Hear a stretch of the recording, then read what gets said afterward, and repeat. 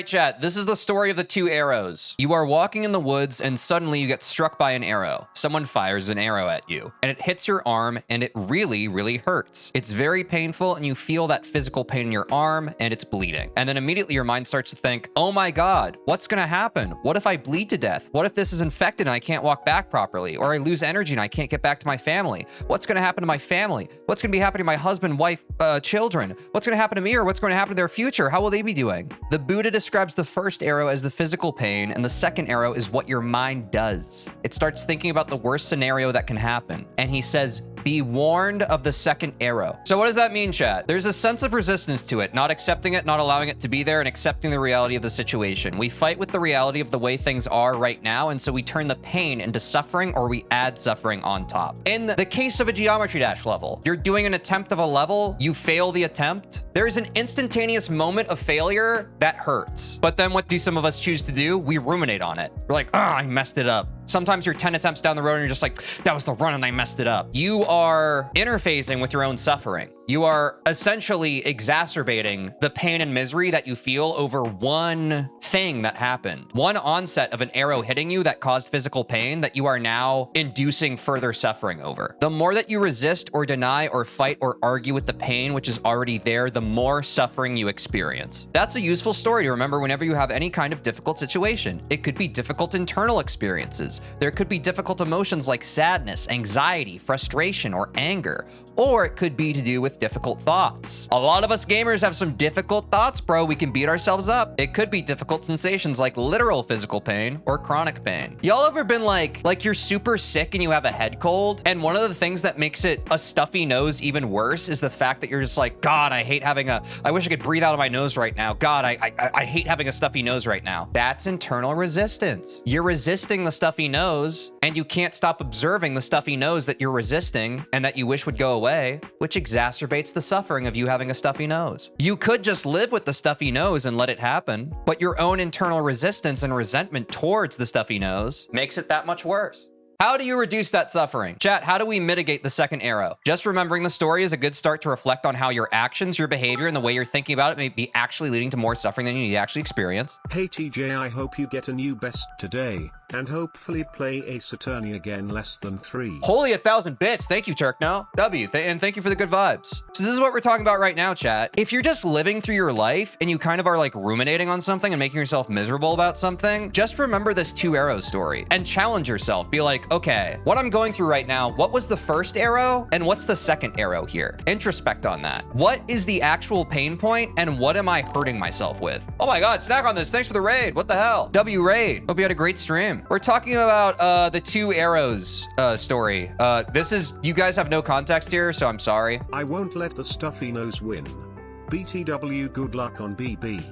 Yeah, don't let the stuffy nose win. So chat, meet the feeling of pain with self-compassion and kindness instead of resisting it and creating this internal friction of like, oh man, I just died on this Geometry Dash level and I'm angry about it. And woe is me, I'm never gonna be good at this game, I feel bad. Why did I die? Why did I die? Why did I die? Instead of that, hey, I'm a person and I make mistakes. Hey, that's okay. Hey, just because I failed a run doesn't make me a bad person or bad at the game. Rate your level of acceptance of the pain. Is it a 1 out of 10 or 5 out of 10, for example? Then ask yourself, how can I gently increase how much I'm accepting this difficult experience right now as it's already here? Again, this is all just a mindfulness exercise, chat. I think a lot of us, we live our lives on autopilot and we just assume that however our brain, however we respond to things that happen to us is just the way that they are, but it isn't. Over the course of your whole life, you have externally and internally conditioned yourself to behave a certain way, most of it unconscious.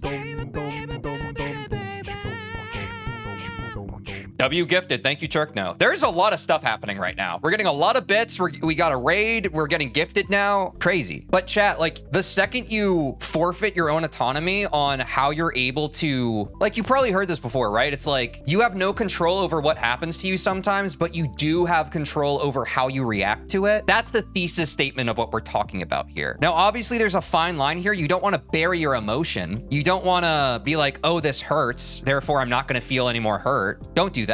obviously feel your feelings, but this is more cautioning what we all have a tendency to do in this current era of being locked into our phones and locked online and kind of just ruminating over information. Disconnect from it and allow it to pass over you like a wave. Because on a day-to-day basis, each moment that happens to us is just a wave on the beach crashing upon us. And you can get caught up in the riptide of thought, or you can just let the wave pass through you and continue. You've probably met some people, you've probably known some people who are just like, there's a reason why there's a saying of like, don't cry over spilled milk. Have you ever known the kind of person where like they'll spill something and then they crash out about it and they just can't let it go and it ruins their whole day? Maybe that's you, because it takes deliberate practice and patience with yourself to be like, when you accidentally knock something over, to not let it dictate your behavior and your reaction. Sometimes you might be sitting at your desk and you knock your water bottle over and then there's water all over your desk. What do you do then? What immediately floods your thought? Are you like, oh man, I'm such a screw up. I just knocked my water bottle over and oh gosh, now it's all over my stuff.